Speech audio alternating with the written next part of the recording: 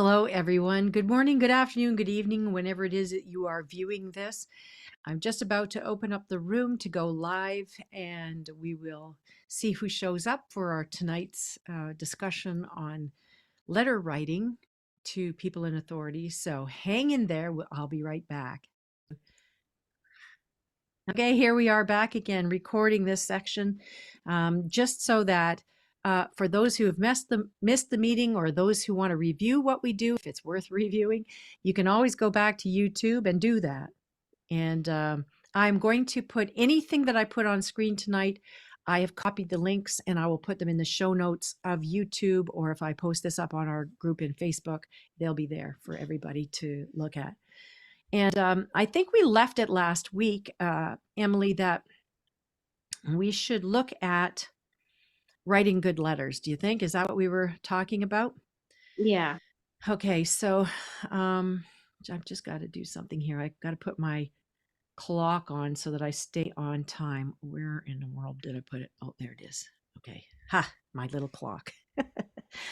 Because I want to stop promptly, and I know that Rose and her husband have to leave because they have another meeting, so they'll Okay. be leaving us soon too. Okay, so I think I covered last time that we need to use, regardless of whether the person is acting in a dignified fashion or not, whether we agree with them or not, whether we think they are respectable people or not. When we write to dignitaries, be they school teachers, principals, school board trustees, superintendents, who else would we write to? Priests, pastors. Of course, those we might be able to use a more friendly format depending on what we're asking them. But all of our members of parliament, whether that be in the province or in the federal realm, we must use the proper terms of address. Now that is in the previous, I'm not going to go over that again. That's in the previous video. And so you can just review that one right there. So now I guess what I want to start with is that we have had some pretty terrible things happening to us. If you're a parent or parents have noticed it, but it's been affecting citizens whether they realize it or not, ratepayers, by some of the things that the school boards and schools themselves, principals, and the Ministry of Ontario, our Ministry of Education in Ontario, are getting us to do. And so I want to do this. I want to share some correspondence that I got, and then we can use that as a template for how we would use that person's words to write our own letter. Does that make sense to you? Mm-hmm.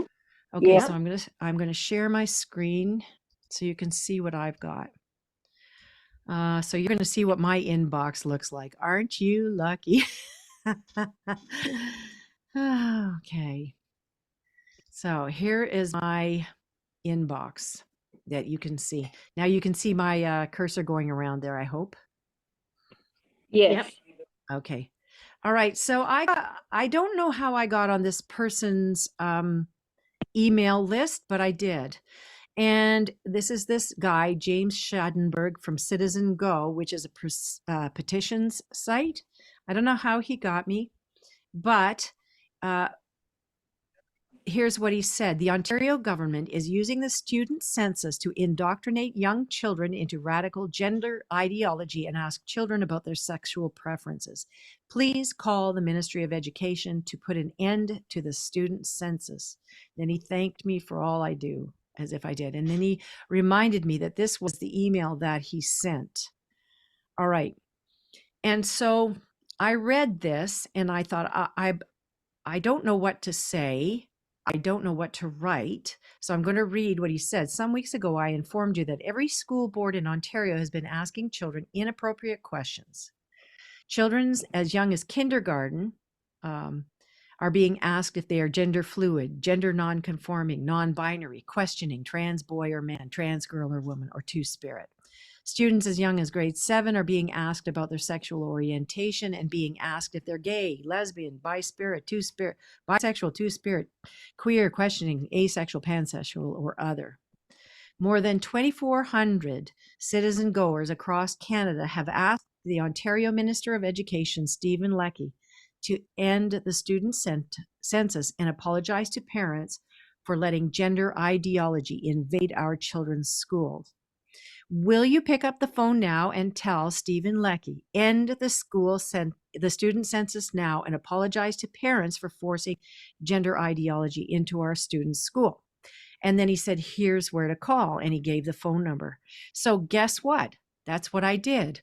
I had this email right in front of me and I called the number and I got, I think it was that number. Let me just look in my notes and see if it was that number, because there were a couple of numbers given, and one of them was an 800, and it kept going to Service Ontario. And then, when you get to Service Ontario, you got to know what number to push. And so that was a pain. So they were 800 numbers. So if people don't have long distance on their phone plans, then that's what you'd have to do. And you'd have to figure out how to get to the right place. I just called the 416 number and got his office. I spoke to whoever picks up the phone, which is his, secretary, and I was a little bit taken aback in a way. I don't know why. The lady was very nice, and I just said, "Would you please ask the Minister of Education to end the student census now and apologize to parents for forcing gender ideology into our children's schools?" That's all I did. I just read what was on that email. And the person said, "Thank you. I will pass along the message." And with a phone call, if you can't talk directly to the person, that's what they do. And you rarely expect to talk to a minister in their office, particularly because I was calling on a noon hour, which was when I had to call. And it was lucky that I actually got a person. I was kind of expecting an answering machine. Okay. So now in this letter, there's a whole lot of other things to do. And he told you, here's an example of what you could say if you're if you're going to talk to them. And you could just take this and copy and paste that. Leave the quotation marks off. And you could just copy and paste that into a document. I really recommend that you do it in a separate document, whether it's a notes, like if you have some notes, to copy it into notes or a Word document or whatever kind of a document it is, so that you don't immediately fire off an email that's not finished, because that's kind of embarrassing. Okay, so and I understand too now. Rose, if you were going to go about doing something like this, would you be using a computer or a cell phone or a tablet? Oh, use my cell phone. Okay. So the process of copying pasting with a cell phone is a little bit different, isn't it? It is, but my husband has showed me how to do that. So I'm getting really good at copying and pasting. Good. And you know how to do that too, Emily. And it's different if you have an Android phone or a Apple phone. The command kind of things are a little bit different. Yes, I know how to do it. I have an Okay. Android. Yeah, I'm good. Okay. So, but still, I still recommend that you copy and paste what you want to say into a separate document before you take that and copy and paste it into an email. And the reason for that is just because, like I said, you can fire off the email and it's gone and you really haven't got all the things in it you meant to have. So part of what I am hoping to do is to help you all by doing the copying and pasting and putting it in a little document for you to forward. So that would be a little bit helpful. I know that people just forward emails, but that gets tricky too, because I think it's a little bit less important to the person if they see it's forwarded. You know, if they see the FW colon thing to know it's forwarded, I think they might not take that quite as seriously as if you had a clean document. Okay. So this is what it says here. I just saw that the Ontario government is forcing all school boards to conduct a student census, which, among other things, asks kids in elementary school about their gender identity and children as young as grade 7 about their sexual orientation. I absolutely oppose asking children these inappropriate questions and indoctrinating them with this radical gender ideology. That's why I ask you to end the student census and to apologize to parents across Ontario for infesting their children's classrooms with gender ideology. Now, I would take that and I would copy that. Are my commands showing up on the screen too when I do that? Okay, so Yes. now I'm going to open up a brand new, I've got a little text document and I'm going to paste that in here. And I'm going to show you, can you see, are you seeing my,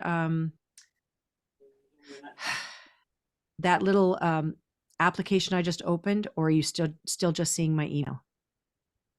Email. Okay, so that means I have to change my sharing. So I'm going to stop that for a minute. I'm not as quick with this as I hope to be. Okay. All right. Now you're going to see what my now you're going to see what my notes look like. I've got all kinds of notes here.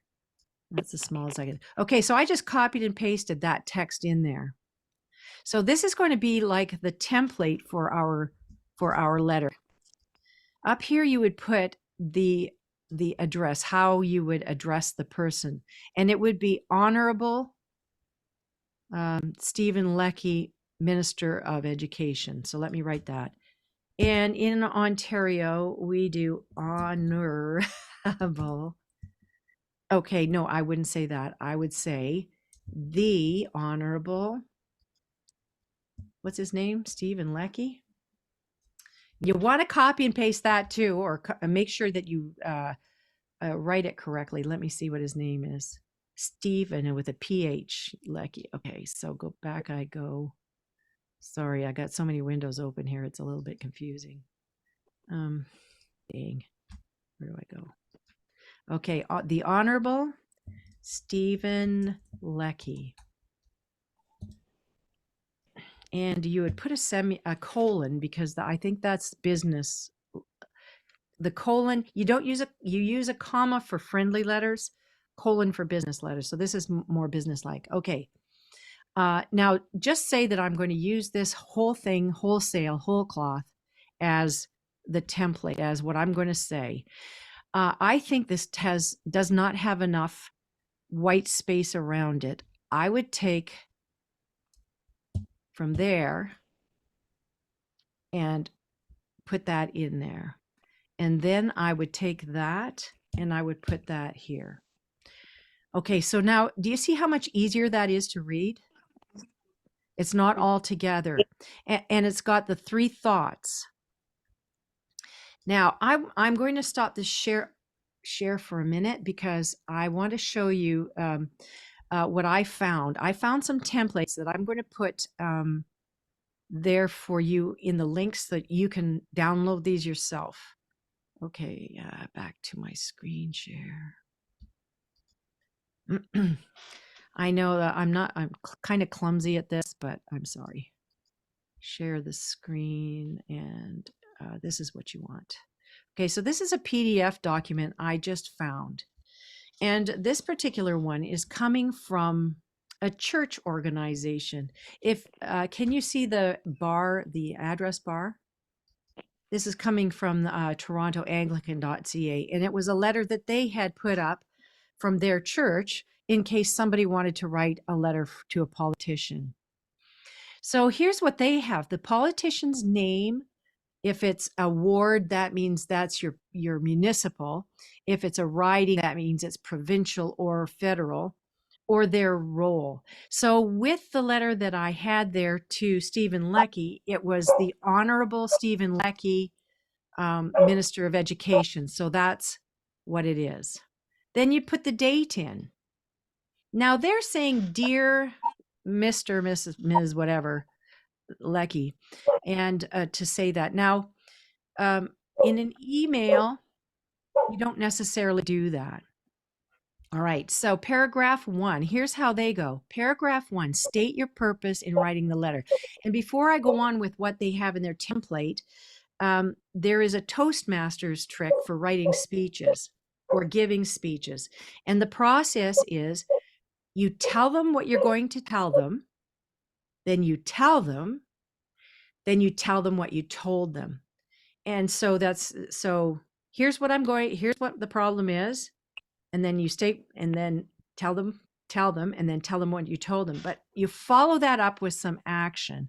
Okay, so here's the paragraph, the first paragraph to state your purpose in writing the letter. I'm writing this letter to urge you or your government or your cabinet or the school board to do whatever it is. And you put that in there.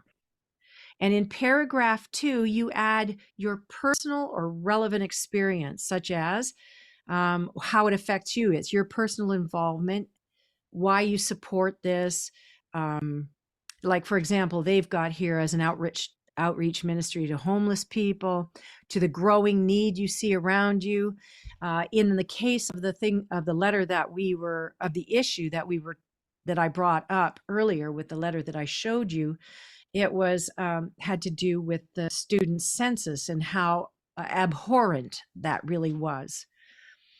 And here they say you could put a sentence such as, "We're doing our best. I'm doing my best, but we need your support." But that wasn't exactly for the letter that we were talking about.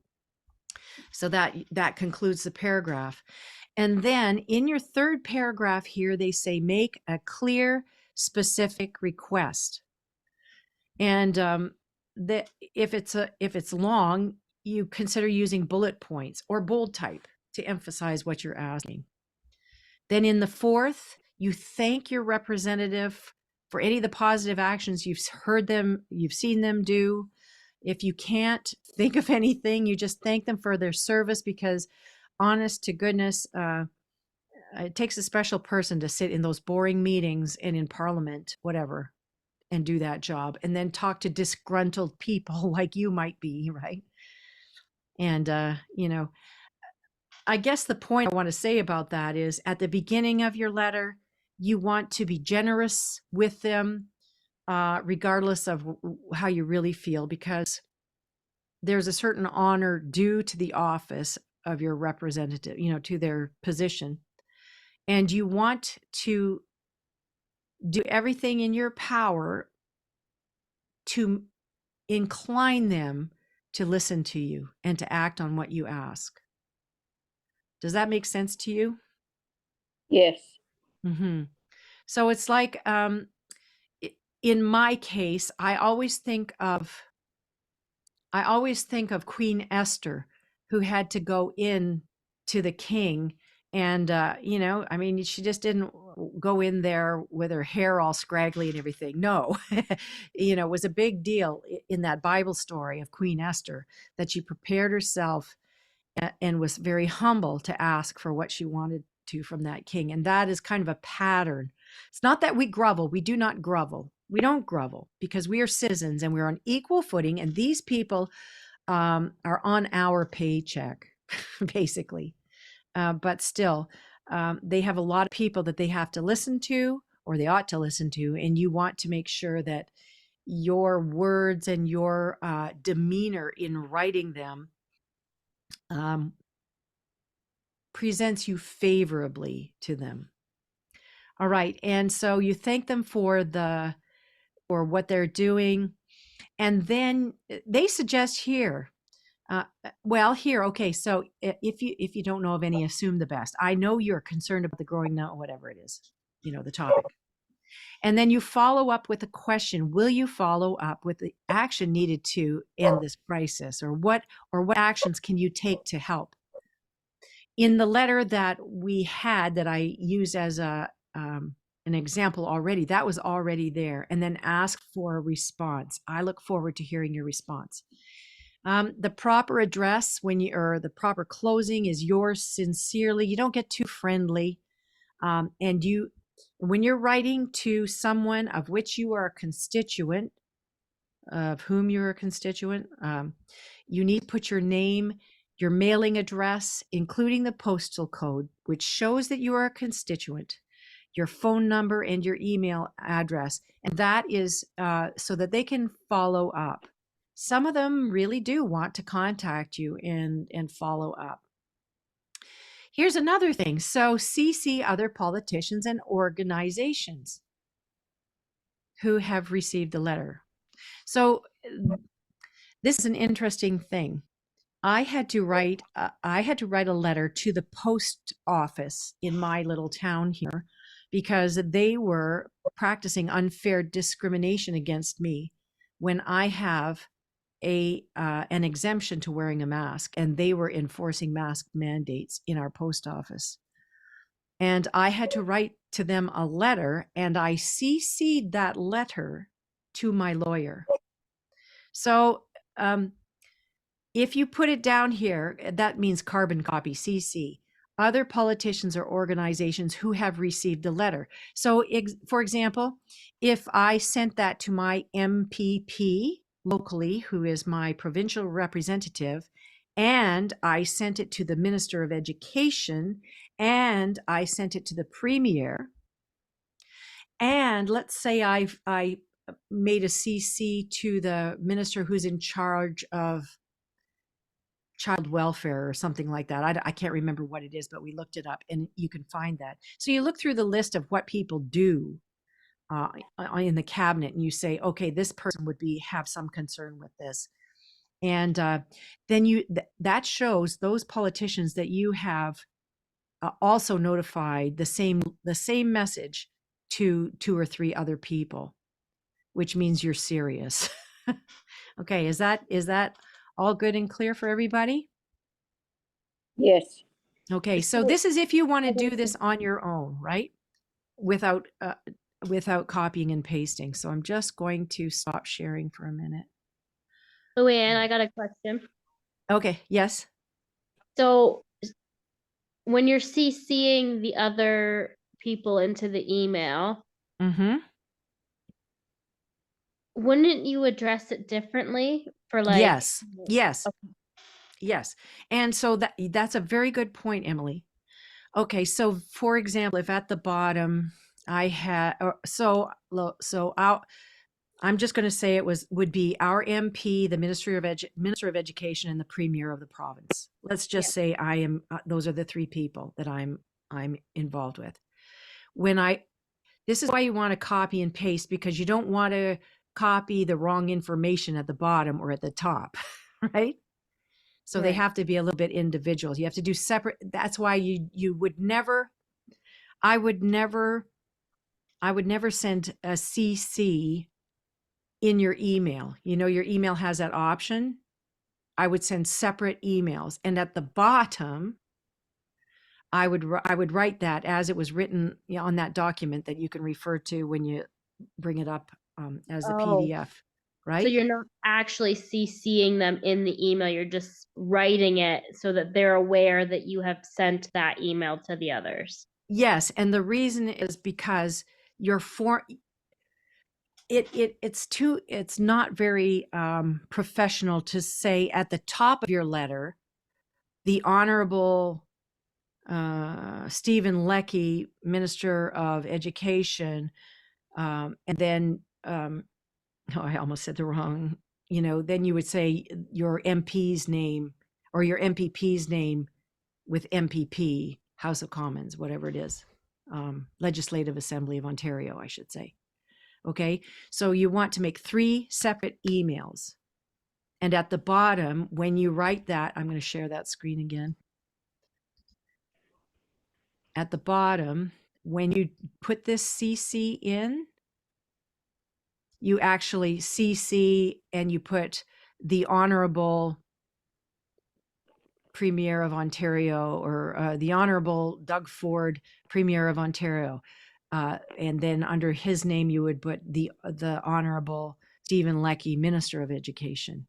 Do I need to bring up a thing so I can type that in so you would see how it looks, or does it make sense without doing that? No, makes sense. Thank you. Oh, okay, good. I Sometimes you agree. need, sometimes you need to see it, and sometimes some people need to see it written down. Okay, so I'm going to stop this share again here. Now, I also pulled up another, oh, I could have stayed there. I also pulled up another template, which is more of on the US side. Actually, I'm just going to share this again. And again, I have these documents, and they are available as PDFs. Okay. So this is where I got this one. I just Googled and I looked at them to see how they look. Now, this is a paper letter, how you would do a paper letter to a politician, but it works the same. If you followed the format of a paper letter, formal paper letter in an email, that's entirely acceptable. Okay. Because it's formal. Okay. So you put it in this case, and in some, okay, so the order of these are not necessarily, yeah, actually, there's an order in business letters of where you put your date and your return address and all of that. I learned that when I took typing back in grade 10. But here they have that you put the date and then the honorable, and they didn't put the U in like we do in Canada, whoever it is, and then their office address, the name of the political institution, whether that would be like in federal politics here in Canada, it would be the House of Commons, or it would be the Senate, right? Or it could be a committee. And so all of that. And then their city, the province, and the postal code. And now here they have dear representative, whoever your name is, or dear senator, whatever your name is. Now, I hope everybody who is viewing this in the future realizes that you don't like, you have to delete stuff, right? You don't just put everything in. And here is what this letter says.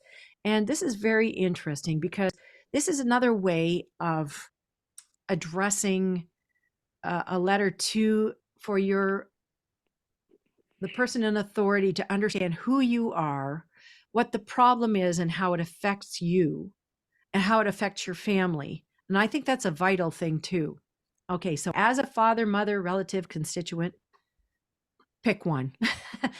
As a father and constituent, as a mother and constituent, I urge you to support, and then you put whatever it is very clear.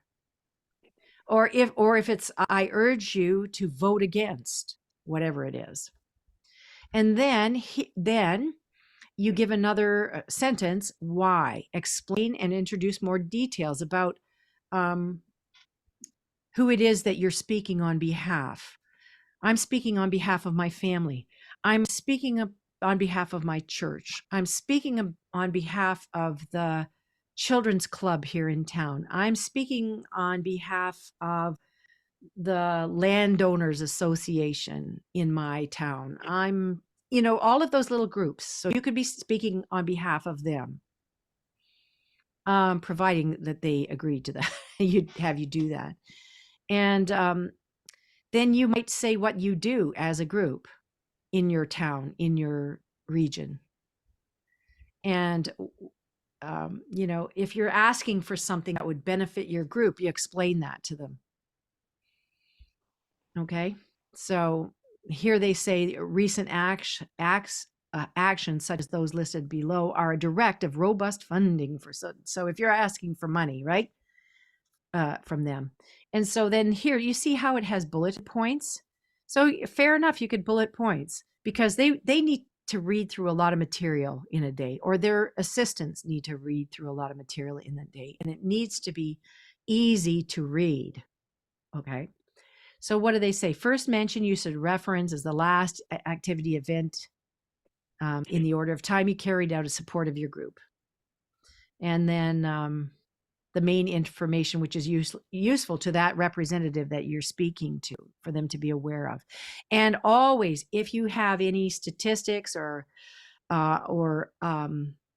anything that would support your argument, fair enough to put it there. I think maybe in a okay, so some of the issues that we might be talking about is in near future is whether the schools should force children to be masked or vaccinated or whatever. In Canada, there is no legal requirement that requires people to be vaccinated for anything, to travel within Canada, to live in Canada. There's no legal requirement. So, you can bring that, you search out that law and you put a link to it. If it's an email, that's easy, right? You put a link, and they probably have read the law. Okay, now you see what I want to point out though is, do you see how much white space there is? If there's not white space, eyes cannot determine where the thought starts and where it ends. Okay, so here in this, okay, so first paragraph with all the supporting documentation. Second paragraph, explain your ties to the issue. So how does it affect you? What is it to you? What is bugging you about it? What do you need from it? And then if you have any more paragraphs to explain, then that explains why they should care about that. So you have to think about why it's not just that you yourself care about it, it's why they should care about it. And then in the concluding paragraph, you tell them what you told them. So tell them what you're going to tell them, then tell you what you told them. And this is the place where you ask for specific action. If you don't ask for specific action, then they don't know what you want them to do, even though you might have really explained it to them, your point and all of that. If you don't say, vote against this bill, or please support this action, and then it's kind of a use kind of wasted your time a bit. Okay, so then your very last thing is, thank you for your consideration. And here they say, please feel free to contact me if you'd like to discuss the issue further. And if you are communicating with your local politician enough in a friendly enough manner, you could say, I'd love to buy you a coffee at Tim's and sit down, talk about this for a half an hour. If you buy the coffee, they'll come. You just have to arrange the time. And then if you get to sit down and talk with them about that, do buy the coffee and take your notes with you, the reason that you're talking with them, so that you can always be clear. At least I need to take notes because I wander and fall off the train. Okay, so look at how they end this letter here. It says, sincerely, your name, your title. So if you were the director of a club, or you were I used to direct a children's choir. So if I was asking for a little money from somebody, I would say, Director, Norfolk Notables Youth Choir. But if you don't have a title, you don't have to put that in there. Your address, your city, province, and postal code, and your phone number. Okay, I'm going to stop sharing. Last night at a meeting, one of the members in that meeting was very upset that they didn't want to give their phone number and their address because they felt it was a breach of privacy. And so does any of you think you have any privacy? No, not really. I mean, if you're carrying a cell phone, you have no privacy. If you have a social insurance number or health card, you've only got a limited amount of privacy, right? The government knows a lot about us as it is. So don't be afraid to put that in there. Fear should not be part of this. You are not doing anything that is against what is allowed in our government. Okay, so has that been helpful at all? Yes. How can I add to this to make it more helpful? Or do you think that just giving you some documents and some templates would help? I think what you did was awesome. Oh, well, I just wanted to say it's not as scary as it seems. And the other thing I want to say is, as much as possible, stick to only 1 point per letter. If you have another issue you want to talk about, make it entirely another issue. I'm going to bring back my email, and I'm going to type some things. I'm going to make compose a letter here, and I'm going to share my screen with you so that you can see how that process would work. Does that help? Yes. Okay, so let me share this screen. Okay, so now you're going to look at the inside of my Gmail again. Okay, is that good? You can, whoops, did I mess it up? Compose is what I want. Okay, make that large. Okay, is that better? So we got a new Yes. message. So in the to line, you can copy and paste whatever it is. Well, I know who our MPP is, so I'm going to write it in here. There she is. Now you see I have 2 email addresses for her. One is her private one, and one is her official Parliament, Ontario Legislature. OLA is Ontario Legislature one. So if I was going to petition her or ask her for anything, I would use that one. So there it is. The subject line would be, now in my, I'm just going to write something in here. I'm not sure if this is what it is, but I'm in the subject line. I'm going to write RE. Oh, that's regarding, or you could write regarding Bill 16, and then whatever it is. I'm going to put this in square brackets, the title of the bill. Okay. Oops, and I put the wrong bracket. So that's so that our representatives rarely have time to read their own email or open it up. They have an assistant who does that and who fields all their phone calls and faxes. Now, our representative might not be that busy because she's new, or maybe she's really busy because she's new. But then I'm going to pause the new share. Whoops. I'm going to pause this for a minute because I want to bring up that text thing that I had. Okay. And I'm going to resume now. Oh, darn. Okay. So I'm going to stop the share because I want to pull up a share that has 2 things on it that I can go back and forth. Okay. So I go that and that. And here we go. Okay, so now I've got 2 things, okay? So I've got 2 things. There's the letter.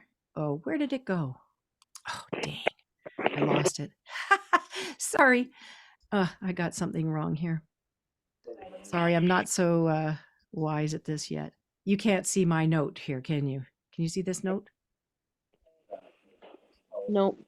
Okay, so sorry about that. So what I did, remember when I had made that little note to the Honorable Stephen Leckie, and I had made some white space around the thing I copied and pasted out of that other email?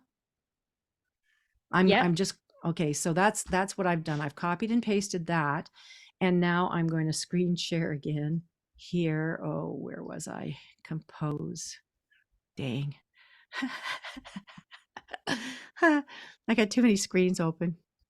Okay, share the screen again. This one. Okay. All right, here it is. We're starting again.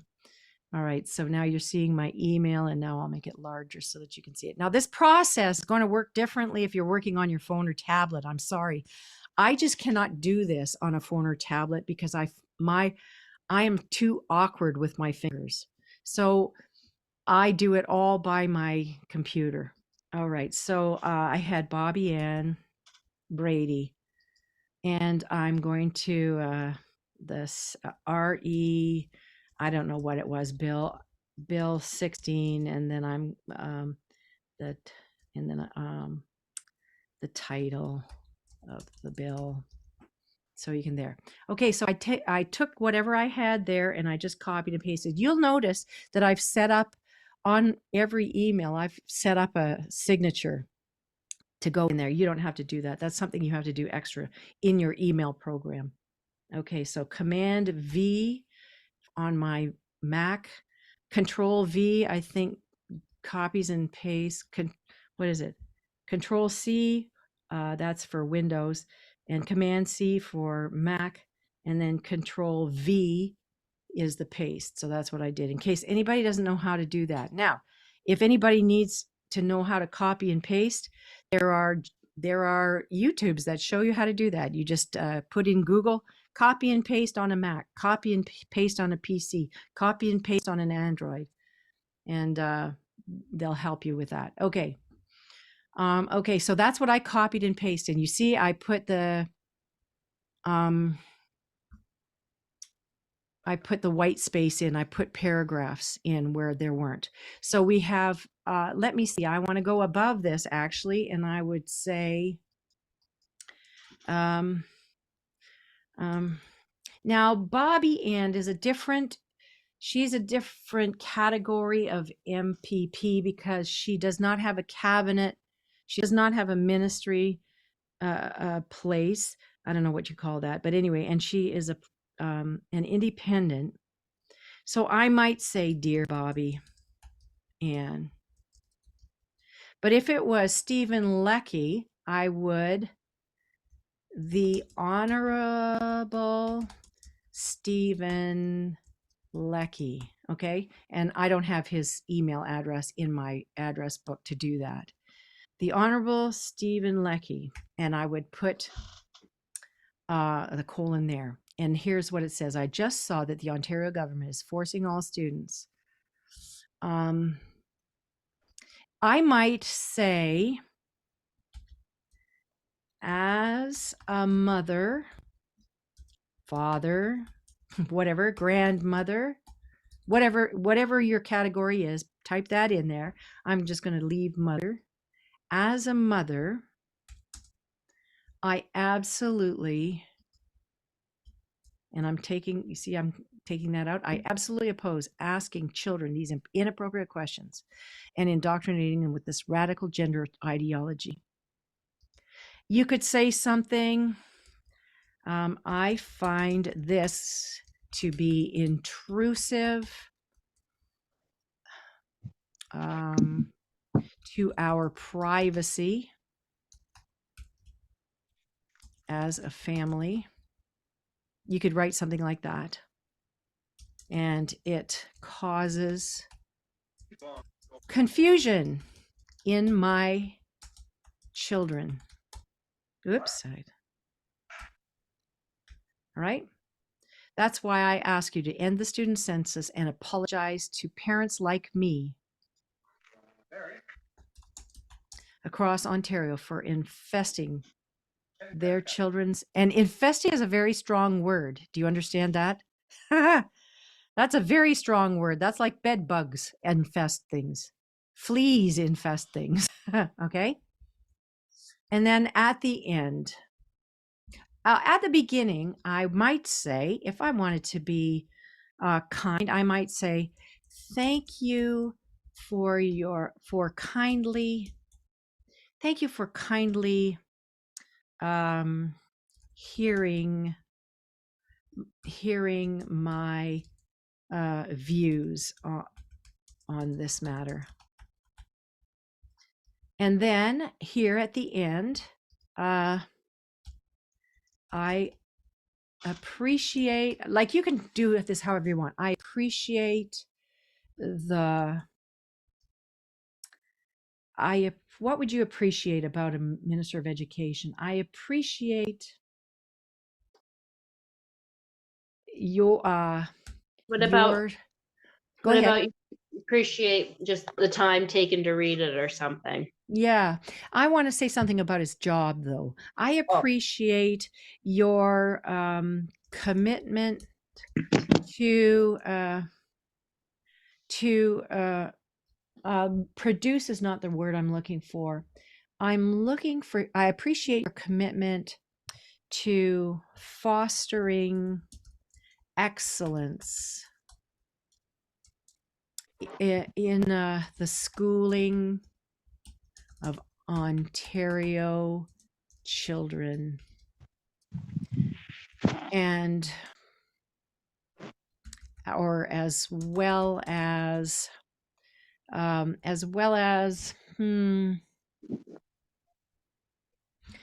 guarding their dignity and privacy.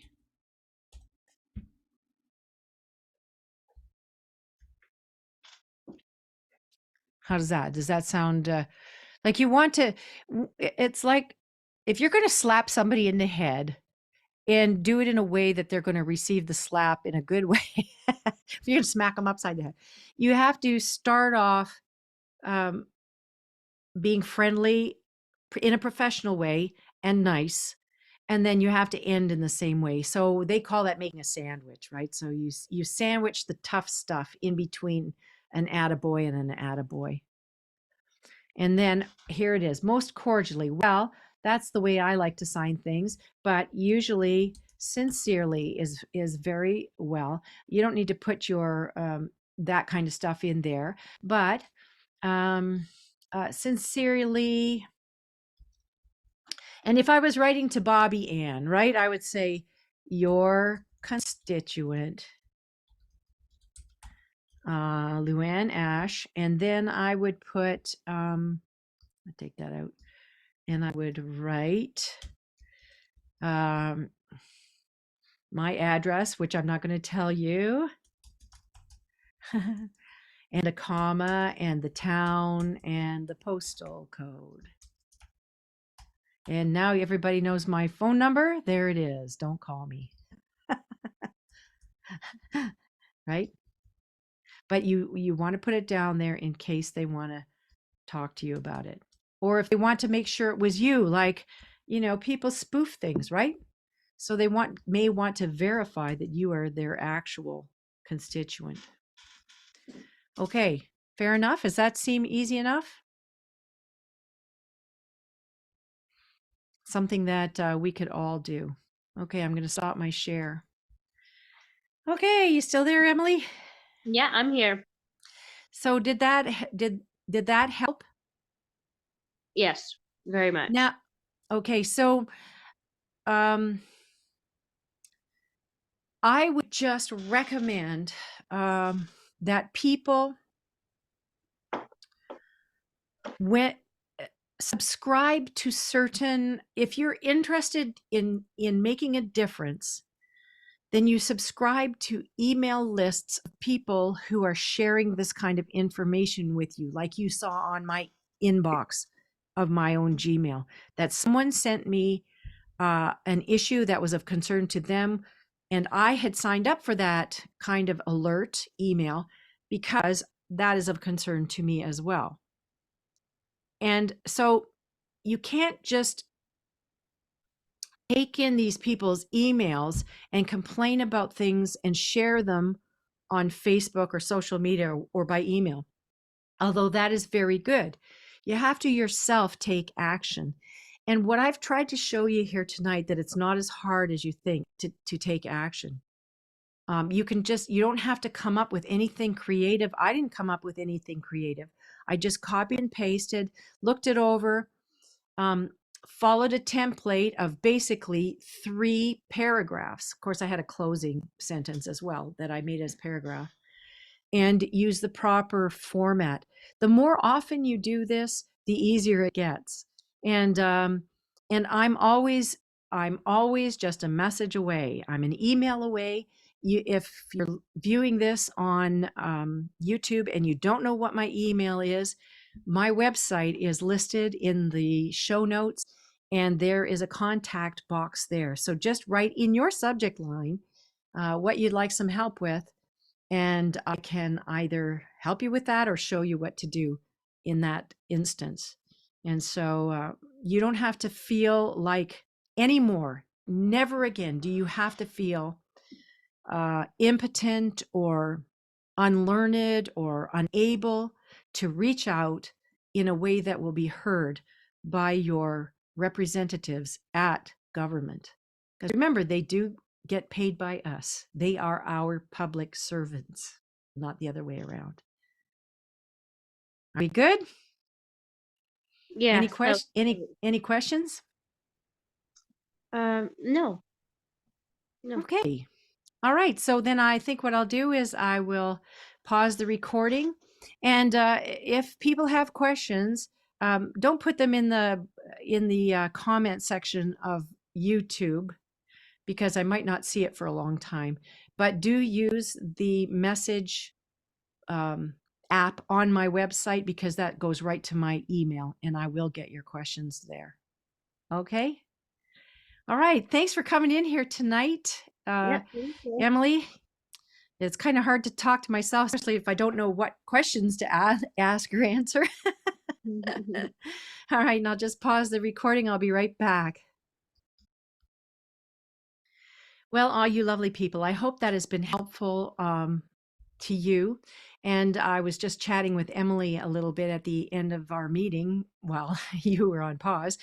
And I wanted to say that don't be surprised if you don't get an answer.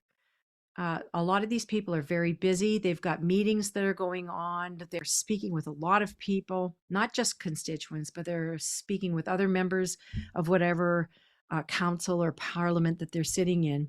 Give them a little bit of credit for brains